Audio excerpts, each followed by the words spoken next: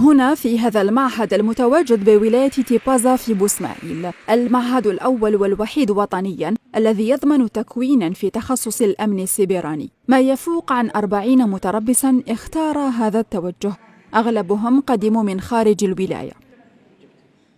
جوزت الباك ما تكنيك، بعد تعرفت على هذه الانستيتيو. أنا من بوسماعيل، التخصص اللي فتحوه هذا اللي هو الأمن السيبراني اللي وقليل في الجزائر. هذا فهمتي، شغل الامن السيبراني هذا يحتاجه اي مؤسسه، تحتاجه شغل لازم يكون عندها الامن تاع المعلومات تاعها. شغل كما دوكا انا في عصر الرقمنه جميع السوسيتي عندها دي سيت ويب، عندها دي زانفورماسيون اللي لازم نحموهم. محمد من ولايه تباتنا. فوت الباك تاعي ساينتيفيك، ما ديتش الباك، وبداك فوت للسيت لقيت بلي تخصص هذا في بوسماعيل ولايه تيبازا بالامن السيبراني ولا سايبر سيكيورتي. بس سجلت فوت الكونكور تاعي الحمد لله نجحت. بغيت تخصص نقرا عامين ونص. عندي حاجه ماشي كانت حاجه مليحه هي الذكاء الاصطناعي في زوج يسمى مستقبل، يسمى ان شاء الله.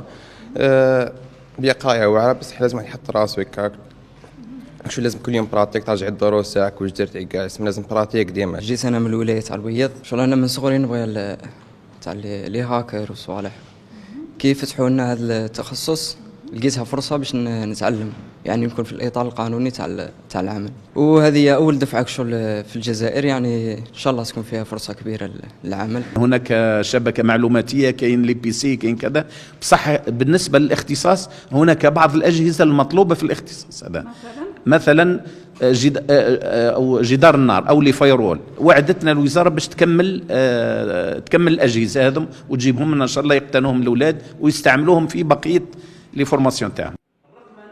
بما أنه تخصص جديد، تم وضع برنامج بيداغوجي بالتنسيق مع أجهزة مختصة في الأمن السيبراني من قطاعات مختلفة. الأمن السيبراني المنبثق من شعبة الإعلام الآلي رقمنة واتصال. الأمن السيبراني ولا يقل أهمية عن الأمن الغذائي أو الأمن الطاقوي، وقد تم تصميم برنامجه بمشاركة خبراء مثل المصلحة المركزية لمحاربة الأمن السيبراني للدرك الوطني وكذا الأمن الوطني. الأساتذة ما شاء الله هما مقبل عندهم شهادات كشهادة سيسكو وميكروسوفت، وكان هناك تكوين كذلك في الحظيرة التكنولوجية لسيدي عبد الله تكونوا في هذا الميدان. الظاهر أن التخصصات الجديدة المطروحة من طرف وزارة التكوين والتعليم المهنيين باتت تتماشى والتحديات الراهنة، ولعل الأمن السيبراني واحد من التخصصات التي لها مستقبل واضح بالنظر للتحديات التي يواجهها العالم حالياً.